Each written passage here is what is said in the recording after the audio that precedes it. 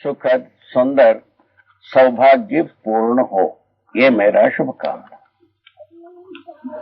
मूल में ये बात पहले हमको बताने के लिए कहा गया है कि ये पूरे संकट अनुसंधान के लिए कैसे आ गए, ये अनुसंधान हुआ कैसा, विकल्प के रूप में ये प्रस्तुत करने के लिए क्या जरूरत पड़ गई थी, ये बात पर ध्यान दिलाने के लिए बात है। सर्वप्रथम इस मुद्दे पर हम इतना निवेदन करना चाहूंगा, जो अनुभव मूलक विधि से मुझको जो बोध हुई है वो ये हुई है, हम पहले की जो हमारा ईश्वरवादी विचार के अनुसार बड़े विद्वान कहलाते थे, वेद मूर्तियों का परिवार, उस परिवार में मेरा शरीर यात्रा शुरू हुई। यह एक पहला घटना।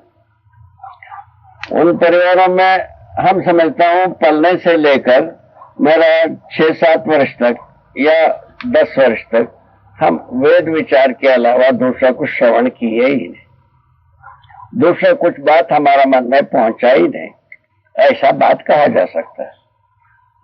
ये विधि जब तैयार हुई, हमारा केवल 5 वर्ष रहा होगा, उस अवस्था में हमको बहुत सारे बड़े बुजुर्ग प्रणाम करते थे। मेरा पहले बार ये विचार शुरू हुआ, मुझको ये प्रणाम करते हैं, इनको हमने क्या दे दिया है, हम क्यों हमको प्रणाम कर रहे हैं, ये विचार उद्गम हुआ। उद्गम होने के पश्चात हमारा घर परिवार में माता पिता के साथ, भाइयों के साथ, हमारा मामा के साथ बात करते रहे, वो सब मुखो लाते रहे। उड़ाते उड़ाते एक 10-12 वर्ष के बाद हमको ये बोध हुआ कि भाई हमारा परिवार को लोग सम्मान करते हैं, उसके आधार पर मेरा सम्मान करते हैं, यह निष्कर्ष निकला। उससे एक फायदा यह हुई, 11 वर्ष की अवधि में, 11-12 वर्ष की अवधि में हमको ये बात प्रतिज्ञा बनी, हमारा परिवार जो सम्मान प्रतिष्ठा बनाया है उसको हम बर्बाद करने का अधिकार नहीं है। यहां हम पहुंच गए, ये उपकार हो इन जिज्ञासा से। ये पहुंचने के बाद ये पता हुआ, उसके बाद हम वहां ना रुक करके हमारा परिवार संसार को क्या दिया, इसको हम शोध करने लगे। शोध करते करते हमको ये पता चला, हमारा परिवार परंपरा में बहुत सारे लोग हर पीढ़ी में 1-2 सन्यासी होते रहे। उनमें से कई सन्यासी ऐसे हुए जो अपना समाधि के लिए स्वयं गड्ढा खोद लिया, मट्टी ढक करके मर गए। मर जाने के बाद उनके ऊपर चबूतरे बना करके रखे हुए थे। उसको हमको बताया, ये पूर्वजों का ये समाधि लिया हुआ समाधियां। मैं पूछने लगा, ये हमको क्या दे गए? उसका उत्तर में काफी परेशानी होने लगी। अंततः ये बताए गए, इस शास्त्रों में लिखा हुआ है, संन्यास, इससे कल्याण होता है। कल्याण होता है तो उसका गवाही होगा कि नहीं होगा, वो प्रमाण होगा कि नहीं होगा। यहां से हम शुरू किए। शुरू करने पर तकलीफ और बढ़ी। ये बढ़ते बढ़ते अंततः वो हमको ये समझाया गया कि पूरा वेदांत को समझो। वेदांत को समझने की जगह में हम पहुंच गए। वेदांत को हम ठीक समझा, उसमें वही पहले से करेला और नीम चढ़ा, ऐसा बात हो गई है। ये ब्रह्म ही बंधन और मोक्ष का कारण है, ये हमको पता चला। ब्रह्म ज्ञान क्या है पूछा है तो रहस्यमय बताया, अव्यक्त है, अनिर्वचनीय है, इस बात को हमको सूचना दिए। अव्यक्त है, अनिर्वचनीय है, ऐसे स्थिति में ब्रह्म ज्ञान का क्या मतलब होगा, ये हम तर्क करने लगे। उसमें हमको बताया, छोटे मुंह में बड़े बात करते हो, इस ढंग से बात उलट पड़ा। उसके बाद में हमको भी कभी कभी संकट होती थी। हमारे परिवार में काफी संकट गहराया, कुल मिलाकर के कहना चाहिए। तो जब हमको पता चला ब्रह्म ही बंधन का कारण, मोक्ष का कारण है, मैंने पूछा कि ये कई को ऐसा हो गया, ये बताया ब्रह्म लीला है, ऐसा बात बताया। तो हमने कहा, देखिए संसार में जो दारू पीते हैं बढ़िया लीला करते हैं, पागल हो जाता है तो उससे अच्छा लीला करते हैं। क्या ब्रह्म को पागल और दारू पिया हुआ माना जाए? नहीं माना जाए, नहीं माना जाए तो उसका तरीका क्या है, उसके लिए हमको समझाए। इसका उत्तर यही है, तुमको अनुभव करना पड़ेगा। क्या अनुभव होता है? समाधि में अनुभव होता है। किस बात का? ज्ञान का। यह बात बताए तो ये बताया तो हमने उसके लिए तैयारी कर लिया, मन तैयार किया, बुद्धि को तैयार किया, संकल्प को तैयार किया। इसमें अपने को ये शरीर यात्रा अर्पित करना है।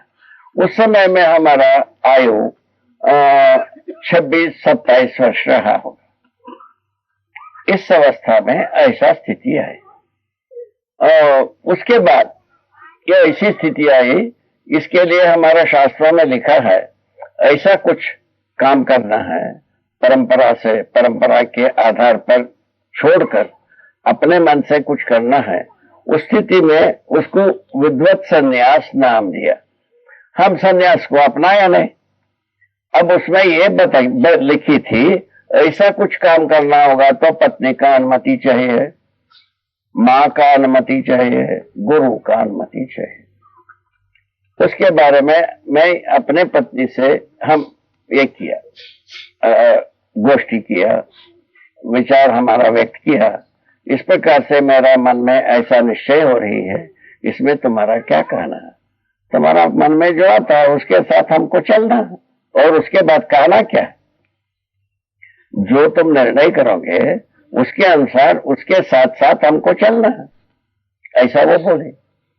ठीक है, उसमें बहुत सारा तर्क किया, ऐसा हो सकता है, तैसा हो सकता है, सारे बात जैसा कल्पना हो सकता है सब किए। अंततः ठोस निर्णय पाया।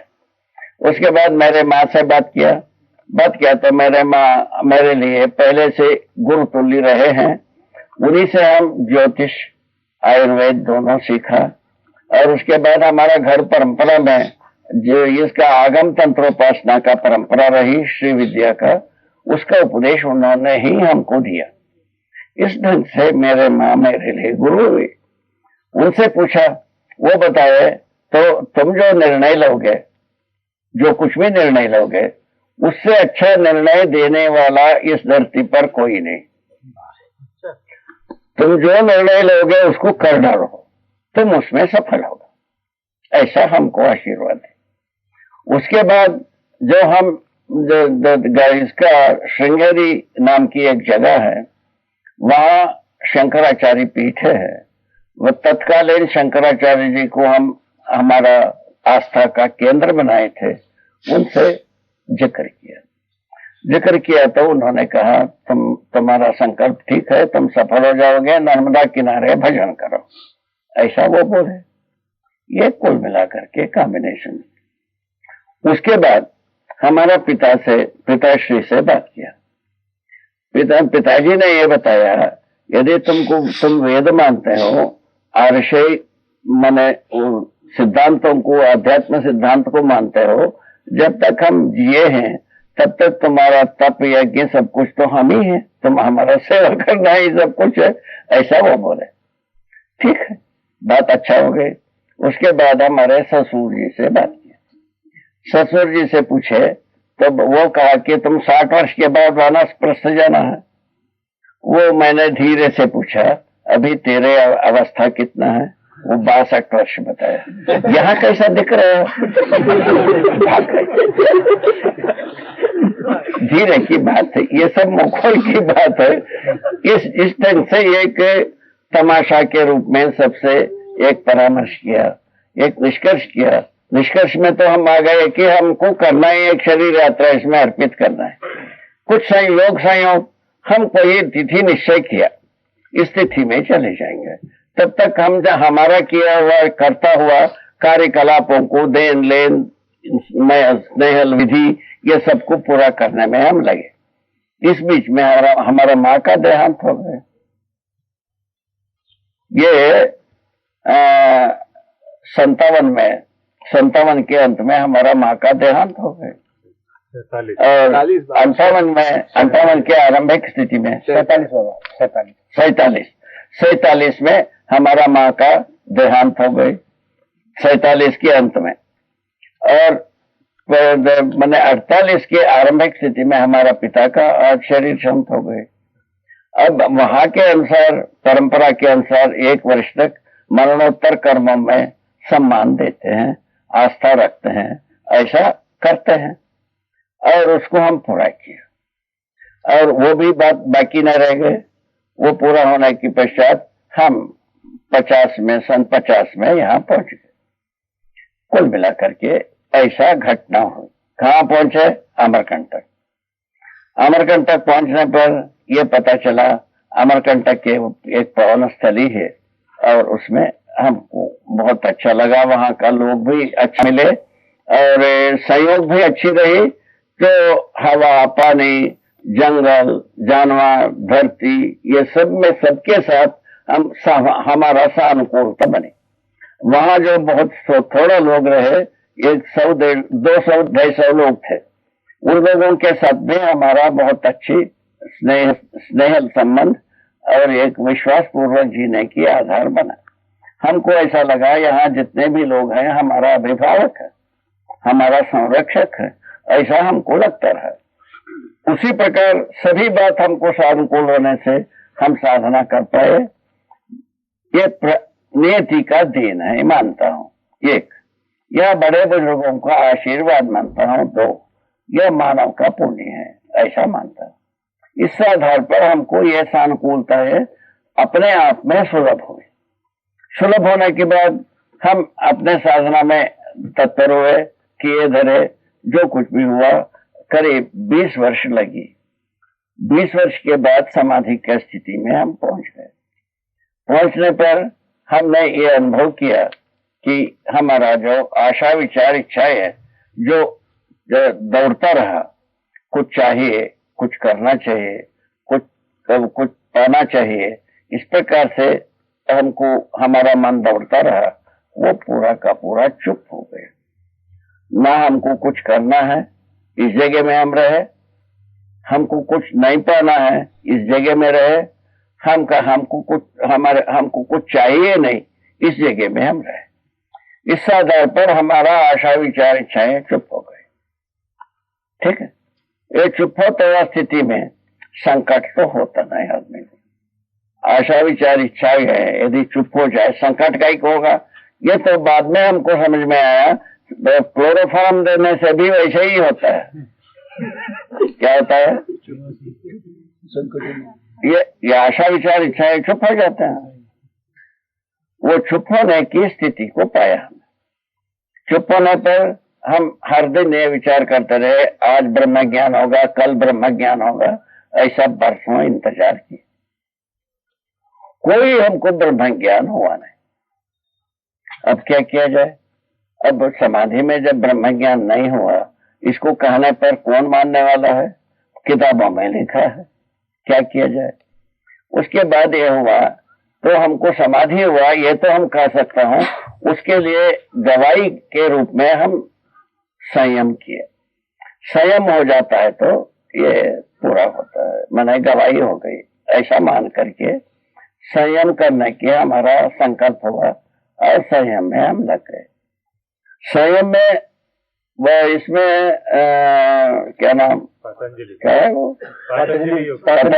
पतंजलि योग सूत्र में ये लिखा है। तो विभूतिपाद में जितने भी लिखा देखा, हमको लगा ये कोई ज्ञान के लिए नहीं है। अज्ञात को ज्ञात, अप्राप्ति को प्राप्त, दो पहले से घंटी बजती रहे। उसमें अप्राप्ति को प्राप्ति के बारे में हमारा कोई जिज्ञासा नहीं रहे। हमको ऐसा महसूस नहीं हुई कि हमारे पास कुछ अप्राप्त है। यह हमारा पागलपन भी हो सकता है, हमारा सच्चाई भी हो सकता है। ठीक है। इस तरह से हमको अभाव हमको स्पर्श किया नहीं था, ये कहना चाहता हूं। इतने के आधार पर अप्राप्त को प्राप्त करने की हमारे पास कोई जिज्ञासा नहीं रही, आवश्यकता भी नहीं रही। अब क्या किया जाए? अज्ञात को ज्ञात कैसा किया जाए वाला बात है। उसमें लिखा है सूत्र में कि धारणा, ध्यान, समाधि त्रय में एकत्रत्वात् संयम, ऐसा एक लाइन लिखा है। उसको हम उल्टा किया, समाधि, ध्यान, धारणा त्रय में एकत्रत्वात् संयम, ये हम दूसरा लाइन तैयार कर लिया। वो अप्राप्त को प्राप्त करने की विधि हम एक भी नहीं अपनाना है। अज्ञात को ज्ञात होने की विधि होगा तो इसका उल्टा विधि से होगा, इससे करके देखा जाए। ऐसा हमारा मन पहुंचा, उसको किया। उस ढंग से करने से 1 वर्ष के अंदर हम यहाँ पहुंचे। अस्तित्व कैसा है, क्यों है, मानव कैसा है, क्यों है, ये दोनों का उत्तर मिल गए। इन दोनों मिलने से इस बीच की जो संसार का जो कुछ भी क्रियाकलाप है, रासायनिक जैविक क्रियाकलाप, सब हमको साक्षात्कार हुआ। साक्षात्कार होने के पश्चात हम संतुष्ट हुए। संतुष्ट होने पर क्या हुई, हम ये पता लग गया मानव जो है ना, जीवन और शरीर का संयुक्त रूप में है। हर मानव शरीर और जीवन का संयुक्त रूप में है। जीवन गठन पूर्ण परमाणु के रूप में है। उसमें और जो है ना 2 पूर्णतया होना है, क्रिया पूर्णता, आचरण पूर्णता, वो मानव परंपरा में ही घटित होना है। दूसरा कोई परंपरा में घटित होने वाला नहीं है। ये हमको समझ में आया। उसके आधार पर हमको ये पता चला मानव अपने आप में ये जीव चेतना भ्रमित होकर संकट से घिर जाता है और मानव चेतना पूर्वक सुखी होना होता है। यही क्रिया पूर्णता। इसमें से पता चला मानव चेतना से श्रेष्ठ है देव चेतना, देव चेतना से दिव्य चेतना श्रेष्ठ है। यह भी पता चला। इसके अनुभव होने के पश्चात हम अपने में सुदृढ़ हुए। हम जागृति के अधिकार हमारे पास मिल गए। अब उस जागृति का अधिकार आने से ये पता चला बंधन जो है ना केवल भ्रमवश हम बंधन का पीड़ा से पीड़ित होते हैं। क्या चीज है? अतिव्याप्ति दोष, अनाव्याप्ति दोष, अव्याप्ति दोष। हम माने अधिमूल्यन करना, अवमूल्यन करना, निर्मूल्यन करना, 3 दोष से हम संकट में फंसते हैं। उसका जो प्रमाण बना छल कपट दंभ पाखंड है। ये अतिव्याप्ति, अनाव्याप्ति, अव्याप्ति दोष का प्रदर्शन है। दूसरी विधि से हम फंस गए जो माने द्रोह, विद्रोह, शोषण, युद्ध, इन 4 भाग में हम फंस गए मानव जाति। ये भ्रमवश फंसा। दो हो गया क्या भावर, 2 भावर में फंसे। तो इसके पहले से ही साम दान भेद दंड ये भावर बना ही रहा। इस ढंग से मानव जाति आज तक 3 भावर में फंसा। लोग मानते हैं 1 भावर में ही सब समाप्त हो जाता है। 3 भावर में हम फंसे हैं। हम कैसे जी पा रहे हैं आप ही सोच लो। ये बात हमको ज्ञान हुआ। उसके बाद ये पता चला ये हमारा अकेले की ज्ञान नहीं है, ये मानव का ज्ञान है। ये बात है मानव का ही पुण्यवश ये घटित हुई है। मानव को अर्पित करना है, ये हमारे मन में आए। वो कब आई? ये 75 में हमको ये ज्ञान हो। इस ज्ञान होने के बाद हम मनुष्य के साथ संपर्क करने की कोशिश किया तो कुछ लोगों को ऐसा लगा हम बहुत बड़े भारी आशावादी है। कई लोगों को ऐसा लगा कि भाई समय से पहले तुम बात कर रहे हो। कुछ लोगों ने कहा कि ये भी जैसा कई प्रकार के विचार आया, आपका भी एक विचार है, थोड़ा दिन के बाद एक खत्म हो जाएगा। ऐसा भी ओपिनियन आए। इन 3 प्रकार से बात आई। मैंने बात करने के दौरान वो धीरे धीरे हम चिंतन मनन करते ही रहे। उसी के साथ साथ कुछ अच्छे लोगों का मिलन होती रही। धीरे धीरे हमको ये धैर्य हुआ इसकी आवश्यकता मानव परंपरा को है। उसके आधार पर सन 90 से हमने प्रयत्न शुरू किया इसको सटीक विधि से शैक्षणिक प्रणाली से लोगों के सम्मुख रखा जाए। उसमें हम अभी यहाँ तक पहुंचे हैं। अभी कई 2-3 जगह में इसका प्रयोग हो रही है। वो एक केंद्र बने हैं। काफी बुद्धिमान, काफी विद्वान जुड़ करके इस पर सोचने के लिए तत्पर हुए हैं। ये आज तक की घटित घटनाएं यहाँ तक पहुंची। इसमें से आगे की बात ये हमको सूझ आती है। इसमें कुल मिलाकर के समझदारी की बात है। अभी तक क्या था, अभी तक क्या समझदारी था कि नहीं था, ऐसा पूछा जाए तो हमारे आंखों में यह आई, समझ में यह आए, अध्यात्मवाद रहस्य में फंसने से आम आदमी को हाथ नहीं लगा, रहस्य में ही रह गए। अब हम उसमें ये माना कि मरने के बाद सुख मिलेगी, मोक्ष मिलेगी, ज्ञान मिलेगी, देवता मिलेंगे, स्वर्ग मिलेंगे, इस प्रकार की बहुत सारे परिकल्पनाएं रखी हुई है। ठीक है, वो उसके बारे में मरने के बाद जो मिलता है उसका तो गवाही हो नहीं सकती। मानव का हम पूंजी को समझा, मानव लक्ष्य को समझने से ये पता चला इस मानव लक्ष्य को पूरा करना ही मानव चेतना का मतलब है। क्या चीज है भाई? समाधान, समृद्धि, अभय, सहअस्तित्व, प्रमाण। सहअस्तित्व में जीता हुआ प्रमाण होना ही दर्शन है। यदि हम सहअस्तित्व रूप में जीते हैं, हम स्वयं में दर्शन स्वरूप है, ये हमको पता चला। इस ढंग से हर व्यक्ति जी सकता है, ये भी आया। यदि एक ज्ञान होता है, समाधान हो गया, समझदारी से समाधान, श्रम से समृद्धि, ये फार्मूला बना। ये हर परिवार में अपने आवश्यकता को निर्णय कर सकते हैं, आवश्यकता से अधिक उत्पादन कर सकते हैं, समझदारी से समाधान संपन्न हो सकता है। ये बात है। इस आधार पर ये पूरे बात को अध्यवसायिक विधि से प्रस्तुत करने के लिए प्रयत्न किया। प्रयत्न करने के क्रम में हम सर्वप्रथम एक अध्ययन, इसका दर्शन शिविर लगाया, दर्शन का अध्ययन शिविर लगाया बेंगलोर में। 45 दिन रहा। बहुत सारे लोग उसको सराहे, इसकी आवश्यकता है बोले। उसके बाद हम धीरे धीरे रायपुर, भिलाई, इस जगह में विद्वानों के संपर्क में आए। उसके बाद हम टेक्निकल इंस्टीट्यूशन, एक पॉलिटेक्निक है दुर्ग में, उसके संपर्क में आए। वहां के लोग इसका शिविर पहले किए, जो एक